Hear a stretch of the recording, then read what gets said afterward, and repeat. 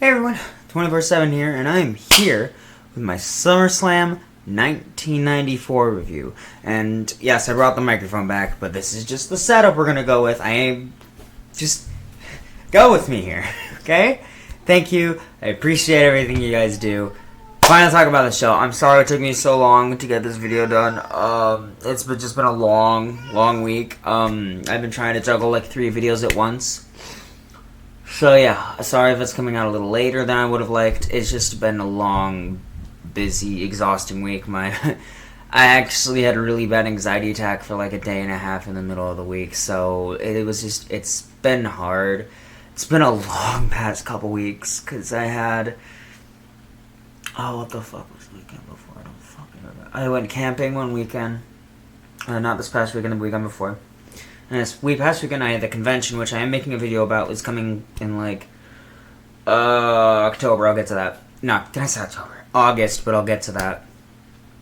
And then we had the Raw, which we didn't see, which we had a great time. I'm gonna make a vlog about it. I have the camera charging somewhere. Actually, I think the camera's in here, so get there.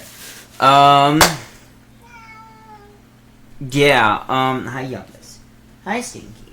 Yes, you can snuggle. Yes, I will give you a friendship. This little boy has also been a pain in my butt recently. Because this little boy has really bad separation anxiety, so I gotta take care of him too, so yes, you.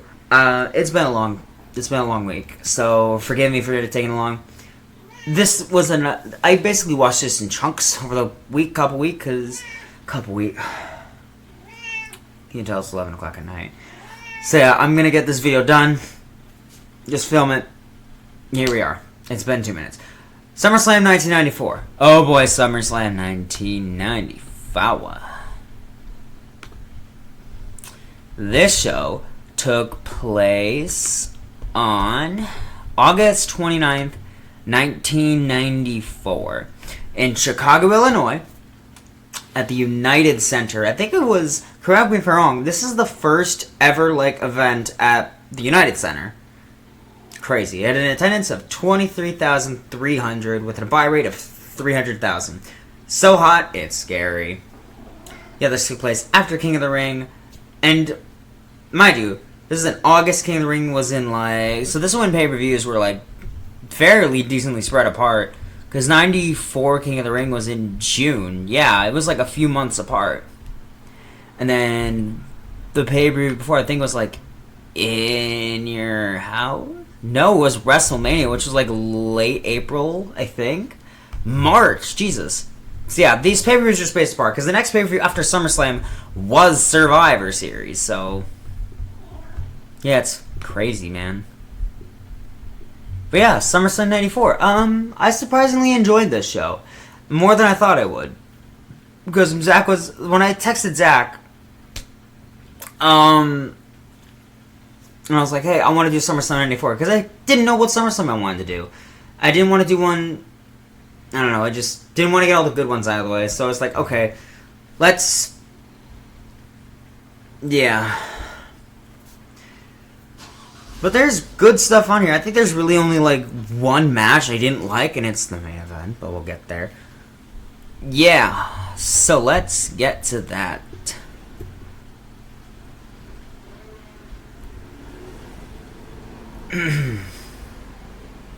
Oh yeah, so throughout the show, Leslie Nielsen was around looking for The Undertaker. Because they were looking for The Undertaker basically the whole time. Undertaker was gone basically since the Rumble, so. And when he first showed up, I remember I was like, oh yeah, Leslie Nielsen. What was he in again? So I had to look it up. He was apparently in Police Squad of Naked Gun? Police Squad and The Naked Gun, which I haven't seen neither. I didn't grow up with this guy, so I don't know. Sorry. Call it ignorance, but okay. Call it what you will.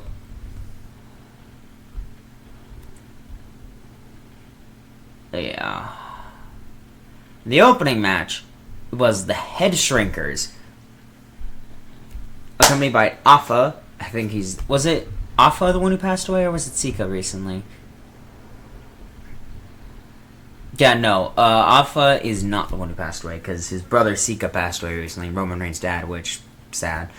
And Captain Lou Albano. I love Captain Lou Albano.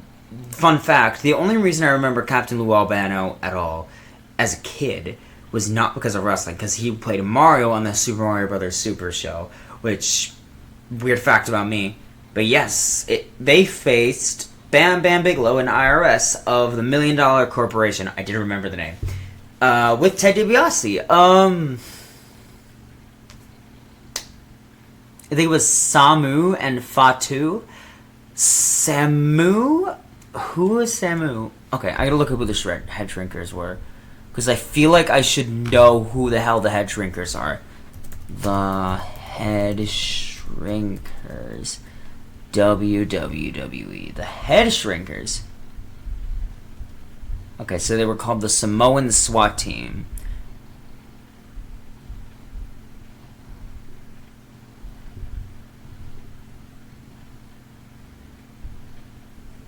Nope, the Head Shrinkers. I gotta look it up who the hell they were. Samu. Samu is... I think Fatu is Rikishi. I could be wrong. He is Afa's son. Samula, I don't know why, I don't know who it is. But yes, Fatu of the Head Shrinkers is in fact Rikishi. Nice to see Big Keish, he's always good. It's $1 Million Corporation. This was supposed to be for the tag team titles. But Diesel and Shawn Michaels beat the Head Shrinkers, I think, over the weekend. I think this for a house show. On a house show, they beat them for the titles over the weekend.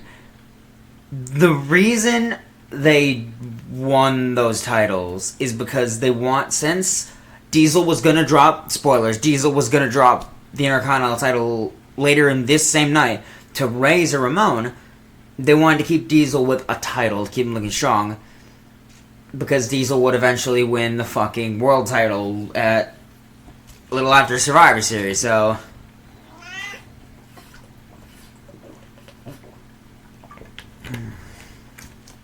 This is an okay match. I like Bam Bam Bigelow. Not a huge... I like ECW, but I wasn't a huge ECW guy, but I know who Bigelow was. And I always liked his work. He was so athletic for such a big guy. IRS is cool. Seeing him for the Hall of Fame this year, like, with Bray and everything, fuck, it just brings the tears. I'm not gonna cry. I'm gonna try not to cry. It was weird seeing the Head Shrinkers getting overpowered by Bigelow, but it was really cool. Yeah, there was a lot of interference in this match from DiBiase and them. It wasn't bad, it's just whatever. DiBiase eventually distracted the ref. Albano came in to try to just say, hey, what the fuck is this? Alpha went in the ring and then just beat the shit out of Bam Bam Bigelow. Like, what the fuck? So, I'm just gonna call him the $1 Million Corporation win as a result of a DQ. DQ finish at a pay-per-view. I know how Zach feels about that. I'll give it 2.5 stars. It wasn't bad. It was a fun opening tag team match. The crowd liked it. Yeah. Excuse me. Next, in a match that surprised me and I forgot was on the show, which is a good thing. I'm telling you, this is a good thing. Bull Nakano challenges Alundra Blaze for the WWF Women's Championship. As soon as I saw fucking Bull Nakano enter, I'm like, oh, we're getting a Bull Nakano Alundra Blaze match, aren't we? Oh, and she just got inducted this year in the Hall of Fame, Bull Nakano. Okay. I don't know, I think me and Zach were talking about it. After Raw, I was talking about how far I am into the SummerSlam. Because on Monday, I was like right after... Was it after this match or the match after? I think it was after the Diesel match. Yeah. And I was like, oh yeah, this match surprised me how good it was. Because it's a good match. It's a good, great match even. And that's surprising, especially for this time. Not saying because No, I'm gonna say it because the women's division was nothing at this point. There, people say, "Oh, AEW and WWE don't care about their women's division now." Bitch, what the fuck are you talking about? They could be this, for fuck's sake. This is like nothing. This is like no women's division. There is none. And it sucks because Blaze should be remembered more for the garbage can. It's a little overplayed. But she's great. She's a great wrestler. Nakano used her size, just threw Blaze around. Just fucking threw her all over the place. It was awesome.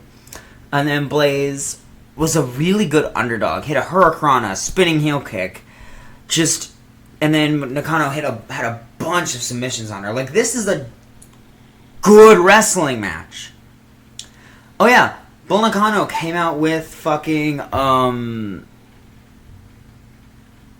Vachon, who was feuding with Alundra Blaze at the time. Yeah. Bull Nakano went for her diving leg drop, which is so cool. I love that as a finisher. Diving leg drop. Yeah, it looks so cool. She missed it. Blaze grabbed her with like a German. Was it a Northern Lights suplex or was it just like a normal suplex? She just picked her up like it did a German. Shoulders up. 1, 2, 3. Blaze retains. I don't give a shit. I'm giving the match 4.5 stars. This is a really fun. I really enjoyed this match. Like, it's weird, but like I loved this match so much, and I'm surprised how much I liked it. Next,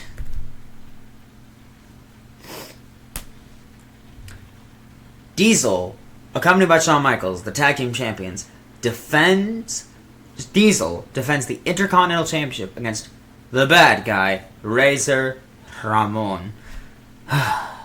Razor came out with Bears Walter Payton. So I think Walter Payton was retired by this point. Because, yeah, he was on the 86 Bears, and this is 94, so I'm guessing he was retired by this point. Payton didn't do a lot. Not until the end. Shawn did a lot of bullshit, and Payton should have done a lot more. But it was cool. I guess they just wanted the hometown crowd to go, woo, excited. Diesel did a lot of dominating early in this match. It's just two Click guys having a great match. So weirdly, most of the time, not talking about you, Shawn and Triple H, most of your matches are terrible against each other. But yeah, these two guys always had good matches. Like, Diesel versus Shawn, good match. Razor versus Shawn, great match. It's mainly these three guys. Triple H is there, but like, I'm not gonna say Triple H was a great wrestler. I don't know. I'm not. Also, Razor and... Oh, I can't say that because that's after Click, I guess. Mainly in this time. These guys, whenever they wrestled against each other, great. Awesome. Shawn took off the turnbuckle pad. And the ref actually caught it, which is awesome. Yeah, Walter Payton actually chased Shawn around the ring. It was awesome. Diesel had Razor. Shawn super kicked Diesel in the face. I wouldn't. And yeah, like, Razor covers him. 1, 2, 3. Diesel is pissed at Shawn, but Razor Ramon is your Intercontinental Champion. I don't even know which reign this was. I'm gonna look it up because I need to know.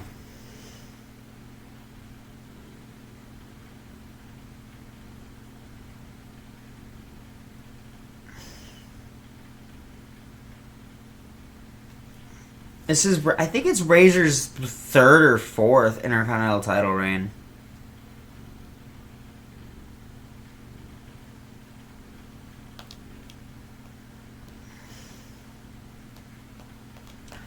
I gotta find it.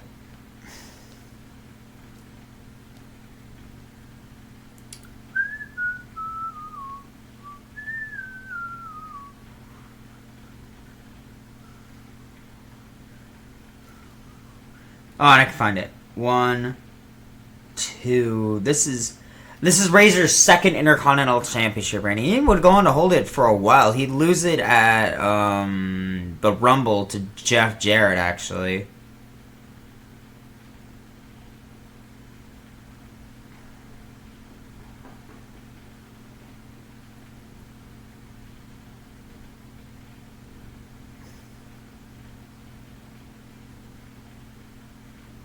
Yeah.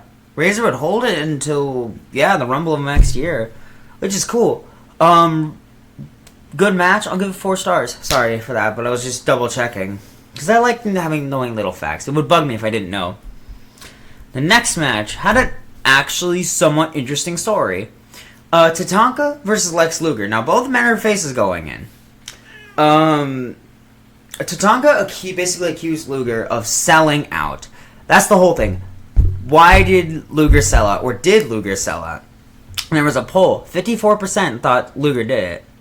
Sold out. To who? $1 Million Corporation.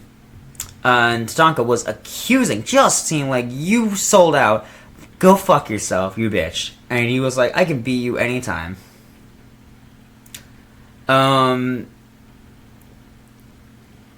Luger was like, no, that's not my thing, man.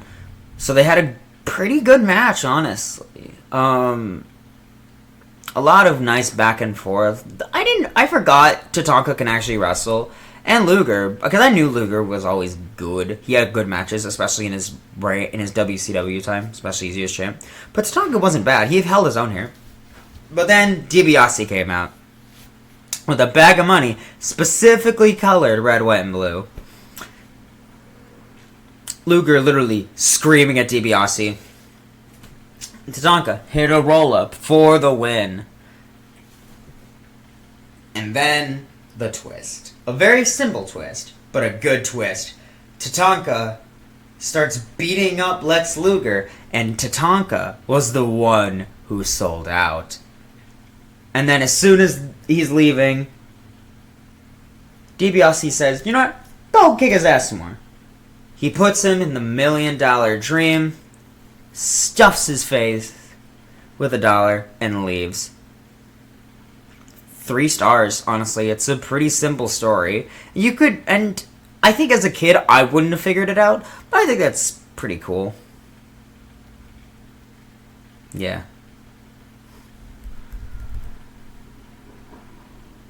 Yeah, next. A match that was somehow not the worst in the show.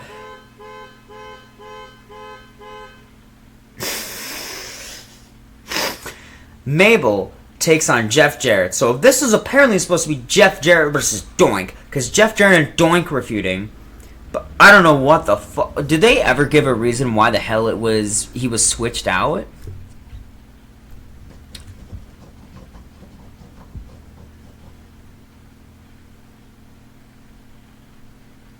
Yeah, so the match was built as rap versus country. Great, two genres I don't care about.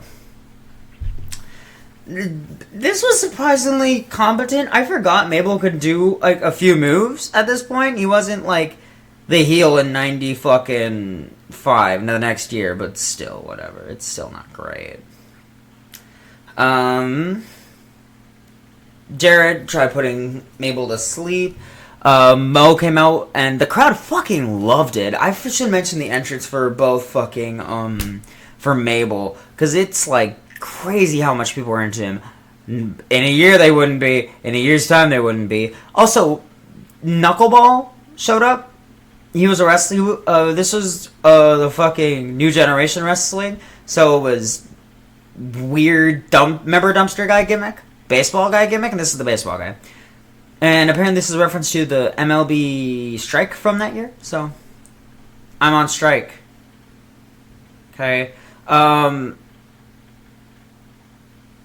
Jarrett tried to do a sunset flip. Mabel was too big. He tried sitting on Jarrett, which, oh my god, can you imagine if Jarrett didn't move out of the fucking way?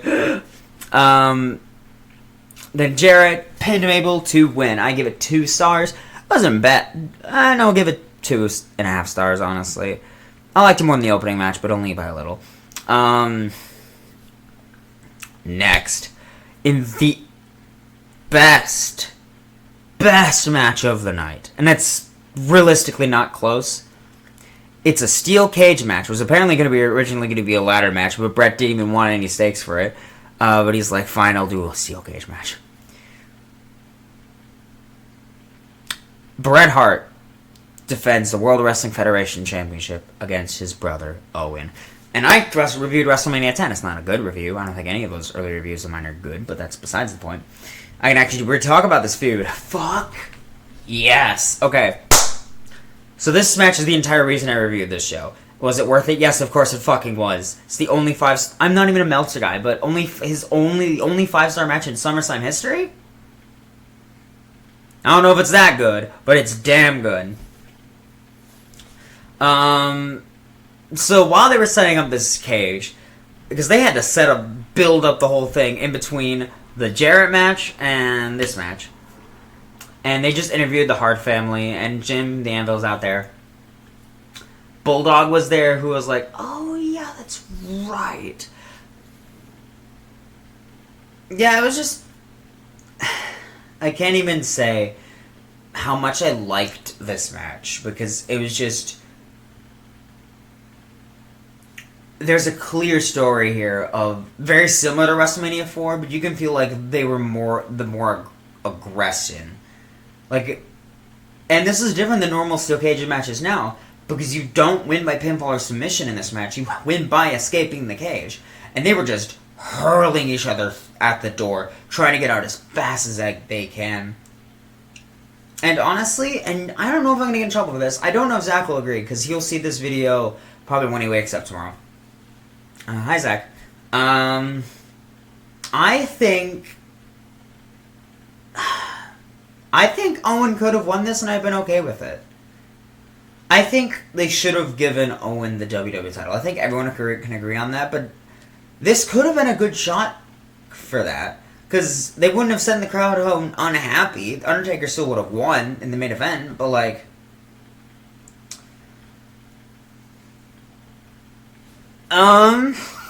Yeah, it's just... There's so much I could say. There was a pile driver. There was a bunch of there was a superplex. It was so beautiful. And just both men are so good at selling. It's crazy. And I forgot to talk about the fucking story. So, shut up. At Survivor Series 1993. Shut up. Owen was the only brother eliminated in that Survivor Series match, because it was the Hart family team. Then, at the Rumble, the Harts lost their match for the tag team titles against the Quebecers. And then Owen kicked Bret in the leg. Basically, yeah, and then Owen, they had their match to open WrestleMania 10, which is still one of, if not the best opening matches in WrestleMania history. Owen won that match, but Bret won the title later that night.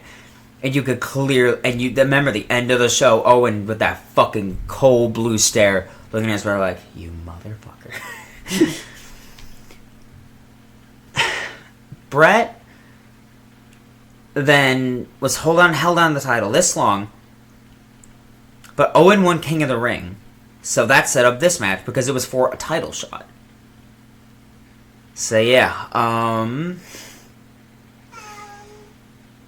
yeah, it's one of my favorite stories in wrestling history. I just love how, like, perfectly they plan this out. Owen's great. Owen's one of the most underrated guys in wrestling history. Yeah. Owen tried hitting the sharpshooter. Bret got out, hit Owen with a sharpshooter, just... I can't even describe... Like, they tried getting over the cage a bunch of times, but then they just literally dragged each other back in. Because this match was not just about winning, it was about getting out of the cage. And I liked that. I don't really like the escape thing in steel cage matches. But this is an exception to that rule, because...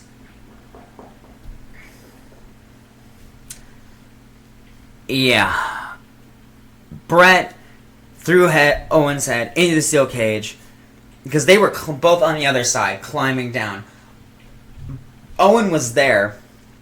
Bret hit his head on the wall.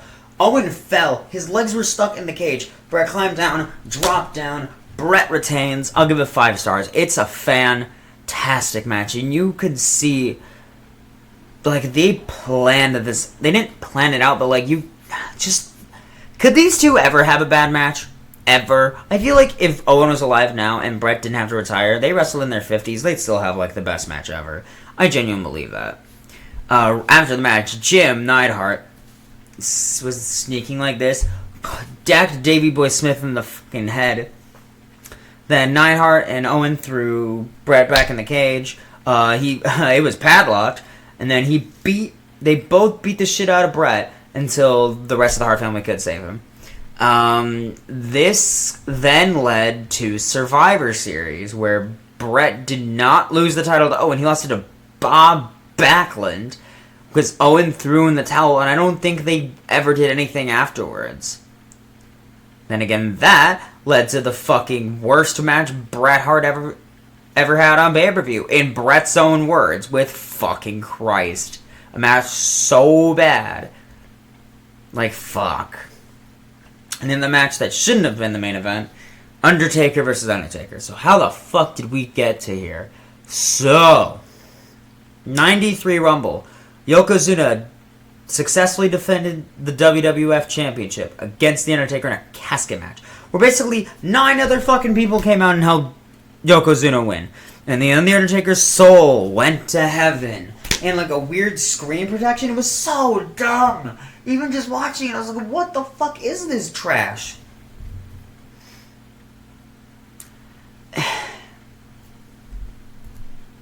Yeah. So then, get out of my bag, youngest. Yeah, no. So basically, DiBiase came out and he's like, haha, I have The Undertaker, and he's following my command, because money can buy you everything. Man, DiBiase's just fingerprints are all over this fucking show, and he's 2-0 tonight, so. And then, who the fuck played fake Undertaker? Because he wasn't The Undertaker. Sorry. Yeah, Undertaker was actually, had a back injury, so, yeah, it's fair. Who the fuck? Brian Lee, I think it was, or some shit like that? Yeah, Brian Lee played fake Undertaker, and this was what the fuck did he do? Nothing. He did exactly nothing. So, Undertaker was gone. There was this fake Undertaker going around, controlled by DiBiase, and you could clearly tell it wasn't the fucking Undertaker. It wasn't Mark Calloway. Like, why the fuck? This, and then Paul Bearer's like, oh, Undertaker. Oh, but he's with me, and he tried controlling the fake one, and he's like, no, this isn't the real Undertaker. And then he would come back at SummerSlam. Mind you, his entrance is cool as hell. The new Undertaker has, like, the purple gloves and everything.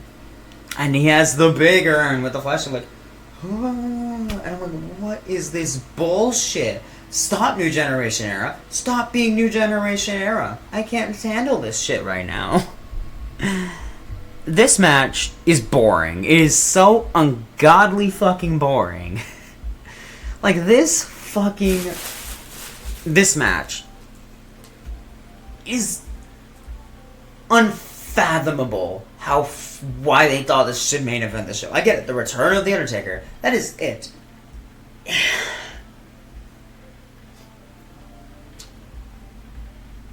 Do you know the Uso match at WrestleMania this year? That's kind of what it felt like watching this. At least this one wasn't fucking long. How long was this match? Because I know the fucking Bret versus Owen matches. Yeah, that match is like half an hour. Do you know how long this fucking match is?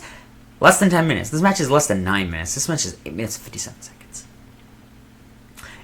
Bret Owen is the longest match on this card by a fucking lot. The only other one that's close is Razor versus Diesel, which is 15 minutes. Everything else is like 7 minutes, 8 minutes, 6 minutes, 5 minutes, and 8. fuck, at least this match was, at least this show wasn't long. It was like 2.5 hours, but like, Christ, at least they gave the best match the longest time. I don't know if it needed to be half an hour long, but still. Yeah, this match between Undertaker and Undertaker, it's just, they just did the same moves. It's boring. And you could tell, and Undertaker hit 3 fucking tombstones. Then fake Undertaker disappeared. DiBiase ran away like a little bitch. I give the match, I'll give it half a star. Because Undertaker's return was entertainingly bad, at least. The match, though, fucking sucks a stink. Sucks a stink. You know what? I'll use Phoenix Chanel's new word. A fuck nugget. That's the best way to describe this match. It is a fuck nugget.